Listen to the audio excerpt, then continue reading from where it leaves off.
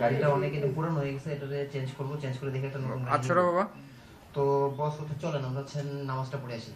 আসলে নামাজ পড়ার তো আমার খুব আগ্রহ, খুব আফসোস যে আমি নামাজ পড়তে পারি না। আমার মানে বংশক্রমিকভাবে আমার একটু সমস্যা হয়, আমার কাপড় মানে আমি পবিত্র রাখতে পারি না, পেশাব একটু প্রবলেম হয়।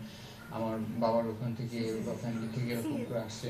কিন্তু এখন যখন বাসায় থাকি ফজরের নামাজটা পড়তে পারি বা অফিস শেষ করে বাসায় যেয়ে রাতে এসার নামাজটা পড়তে পারি। আমার কিন্তু সত্যি খুব আফসোস যে আসলে নামাজ পড়তে পারি না। না, এটার বোধহয় আমি যতদূর জানি যে ইসলামী মসলাতে হচ্ছে এরকম বিকল্প নিয়ম আছে। হ্যাঁ তাই নাকি? হ্যাঁ, তো এটার জন্য আমার মনে হয় যে একজন ভালো আলেমের সাথে আপনি একটা কথা বলে নেবেন।